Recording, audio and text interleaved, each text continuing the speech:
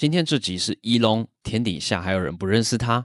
我一直认为自动驾驶才是终极解决马路三宝的方法。可能很多人听到自动驾驶，第一个想法就是不信任。但其实多数人抱有这种想法的原因，第一是来自对原理本身的不理解，第二就是自相矛盾。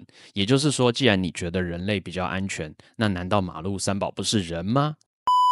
希望通过这集让马一龙为大家解释一下，基于视觉加神经网络，也可以说是最接近人类判断方式的自动驾驶原理。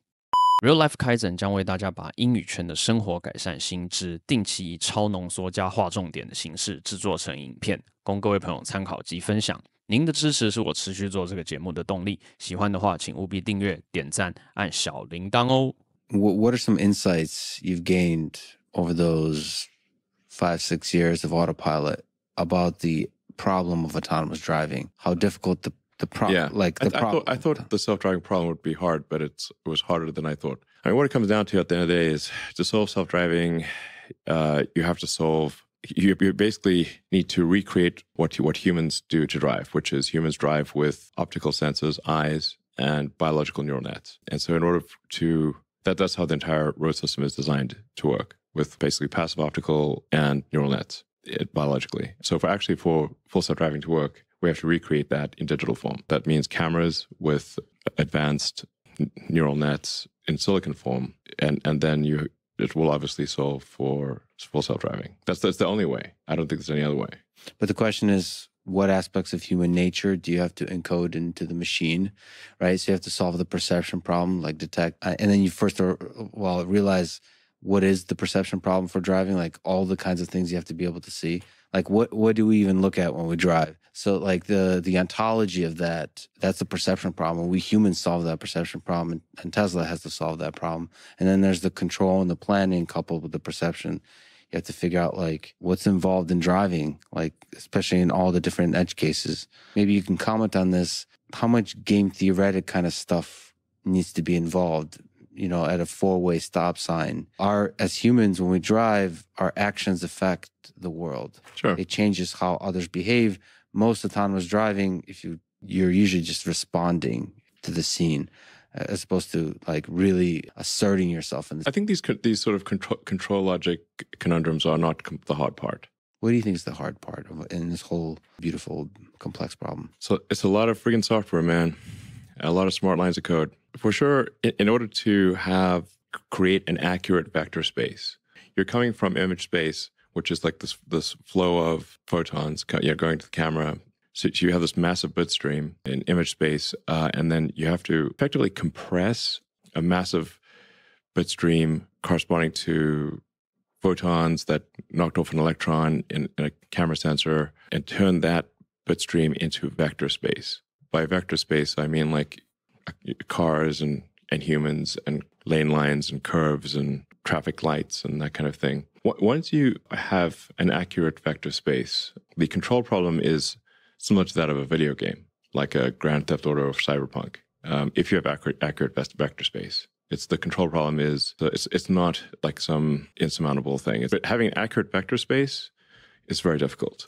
Yeah, I think we humans don't give enough respect to how incredible the human perception system is, to mapping the raw photons to the vector space representation in our heads. Your brain is doing an incredible amount of processing and giving you an image that is a very cleaned up image. Like when we look around here, we see, like you see color in the corners of your eyes, but actually your eyes have very few cones, like the cone receptors in the peripheral vision. Your eyes are painting color in the peripheral vision. You don't realize it, but their eyes are actually painting color, and your eyes also have like this blood vessels and all sorts of gnarly things, and there's a blind spot, but do you see your blind spot? No, your brain is painting in the blind spot. Cool. The peripheral vision is so cool. It Yeah. makes you realize all the illusions for vision science. It makes you realize just how incredible the brain is. The brain is doing a crazy amount of post-processing on the vision signals from your eyes. It's insane. And then even once you get all those vision signals, your brain is constantly trying to forget as much as possible. So human memory is perhaps the weakest thing about the brain is memory. So because memory is so expensive to a brain and so limited, your brain is trying to forget as much as possible and distill the things that you see into the smallest amounts of information possible. So your brain is trying to not just get to a vector space, but get to a vector space that is the smallest possible vector space of only relevant objects. You can sort of look inside your brain, or at least I can, like when you drive down the road and try to think about what your brain is actually doing. Yeah. I don't have eyes in the back of your head or the side, so you say like your head is like two cameras on a slow gimbal.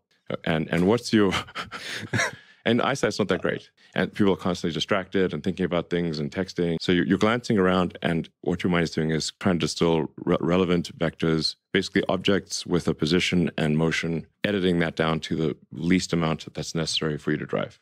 It does seem to be able to edit it down or compress it even further into things like concepts. So it's like it goes beyond, the human mind seems to go sometimes beyond vector space to sort of space of concepts, to where you'll see a thing. It's no longer represented spatially somehow. It's almost like a concept that you should be aware of. Like if this is a school zone, you'll remember that as a concept, which is a weird thing to represent. But perhaps for driving, you don't need to fully represent those things. Or maybe you get those kind of indirectly. You need to like establish vector space and then actually have predictions for those vector spaces. So like imagine there's like a large truck or something blocking sight. But before you came up to the truck, you saw that there were some kids about to cross the road in front of the truck. Now you can no longer see the kids, but you would now know, okay, those kids are probably going to pass by the truck and cross the road, even though you cannot see them. You need to remember that there were kids there, and you need to have some forward prediction of what their position will be. It's a really hard at problem. The time of relevance. So with occlusions and computer vision, when you can't see an object anymore, even when it just walks behind a tree and reappears, that's at least in academic literature, it's tracking through occlusions. It's very difficult. Yeah, we're doing it. I understand this. Yeah.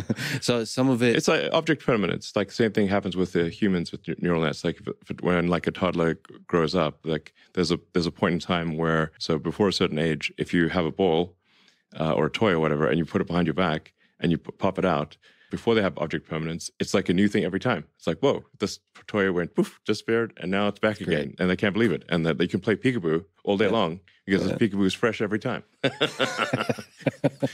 But then we figure out object permanence. Then they realize, oh no, the object is not gone. It's just behind your back. Sometimes I wish we never did figure out object permanence.